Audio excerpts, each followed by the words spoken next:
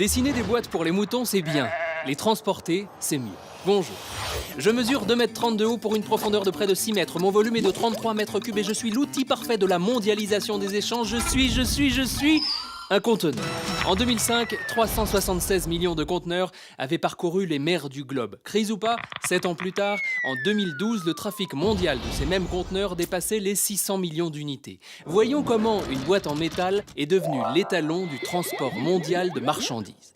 Tout commence par une bête histoire de bouchon. Patron d'une société de poids lourds, l'américain Malcolm McLean décide de contourner les embouteillages en prenant le large. Partant d'une remorque, il supprime roues, essieux et châssis, puis décide de la charger sur un ancien pétrolier. Le 26 avril 1956, son premier bateau quitte New York, chargé de 58 conteneurs de bière Ballantines. Direction Houston, Texas.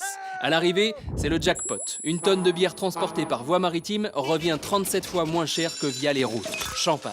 McLean enfoncera le clou grâce à la guerre du Vietnam. En 1965, le port de Saigon est tellement engorgé que l'armée américaine peine à ravitailler ses troupes.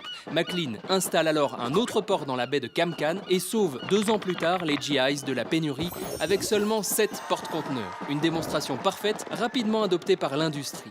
Dès les années 1980, le constructeur japonais Toyota réduit drastiquement ses stocks en s'appuyant sur la rotation des conteneurs. Cette méthode, appelée le juste à temps, fait des émules. Entre 1980 et 2004, le volume mondial des biens stockés est passé de 25% à 13%. Adieu hangar. Avec un coût du transport en chute libre, tout devient plus simple. Plus besoin de concentrer la production. Chaque élément peut être fabriqué là où c'est le moins cher, puis transporté dans ces grandes boîtes. Tiens, Mattel par exemple avait pour habitude de fabriquer ses jouets au Japon. En 1997, le plan global de production change tout cela. 10 ans plus tard, l'entreprise fait tourner 13 usines en Chine, Thaïlande, Malaisie, Indonésie, Mexique, auxquelles s'ajoutent plus d'une trentaine de sous-traitants. Rien qu'en Chine, Mattel emploie 60 à 80 000 personnes. Cerise sur le gâteau, ces conteneurs permettent de simplifier les chargements et déchargements des bateaux. En 1950, il fallait plusieurs jours pour vider un bateau de quelques tonnes. Aujourd'hui, des grues hautes de 61 mètres pesant 9000 tonnes déchargent un conteneur en 90 à 120 secondes, soit 30 à 40 conteneurs par heure. Efficace. Du coup, plus il y a de conteneurs en circulation, plus les bateaux pour les transporter sont grands. Le CSCL Globe, fabriqué par Hyundai, est le dernier monstre en date. Près de 185 000 tonnes d'acier sur lesquelles peuvent embarquer 19 100 boîtes. De quoi contenir 189 millions de tablettes, soit plus de 90% des ventes dans le monde en 2013 en un seul bateau. Un gros Père Noël, dont le traîneau laisse quelques méchantes traces. Le carburant utilisé par ces géants des mers rejette 2000 fois plus de soufre que le diesel.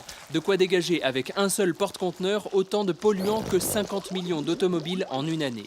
Mais à trop grandir, ces porte-conteneurs risquent de ne plus passer par les voies habituelles comme le détroit de Malacca ou le canal de Suez.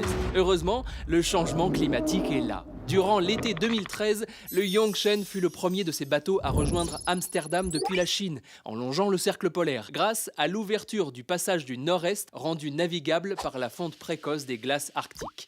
Une route 30% plus courte, autant de fuel d'économiser sur la traversée. Après tout, il n'y a pas de petites économies pour satisfaire notre soif de consommation.